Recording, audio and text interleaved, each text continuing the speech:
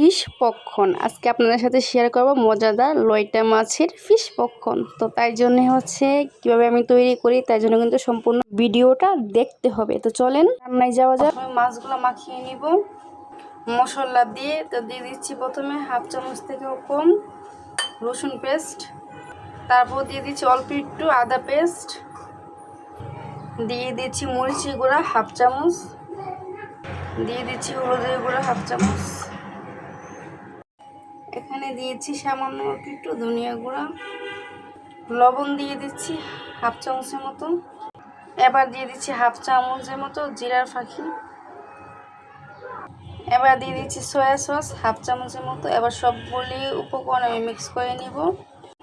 একটু ম্যারিনেট করে নিয়েছি, এবার রেখে দেবো 10 মিনিটের জন্য।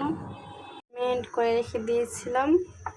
এবার নিয়ে নিলাম এখানে ময়দা। তো ময়দার মধ্যে আমি শুকনো মরিচের গুঁড়া আর লবণ মিক্স করে নিয়েছি।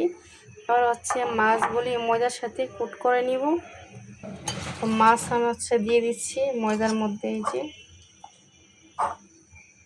এবার ভালো করে হাত দিয়ে কুট করে নিব, তাহলে অনেক মচমচা হবে। আমি ভালো করে ময়দা দিয়ে ভালো করে চেপে চেপে কুট করে নিচ্ছি। এই তো আমি পানিতে কিন্তু একবার ডুবিয়ে নিয়েছি, আবারও ময়দা দিয়ে দিচ্ছি, দিয়ে আবারও ভালো করে চেপে চেপে কুট করে নেব।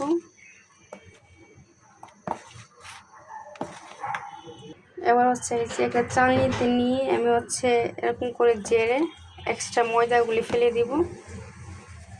তো আমি এখানে অল্প অল্প করে ভেজে নেব। তো এই যে জেরে নিয়েছি, এবার ভাজতে চলে যাব।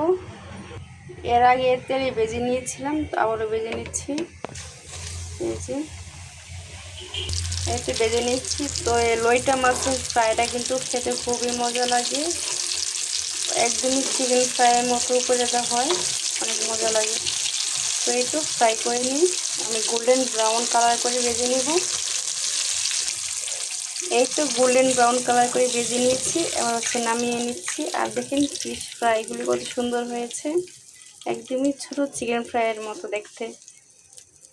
এবার বাকিগুলিও ভেজে নিচ্ছি। বাকিগুলিও ভেজে নামিয়ে নিচ্ছি। কেমন হয়েছে ফিশ পপকর্নগুলি? খুবই সুন্দর লাগছে না? আর কিন্তু অনেক মচমচে, আমি দেখিয়ে দিচ্ছি। এই যে খুবই মচমচে হয়েছে, অনেক ভিতরে কিন্তু ফিশটাও অনেক মজা।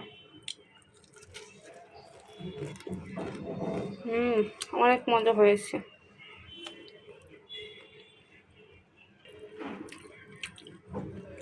আপনারা এরকম করে ট্রাই করবেন বন্ধুরা। আজকে এই ভিডিও পর্যন্তই। আল্লাহ হাফেজ।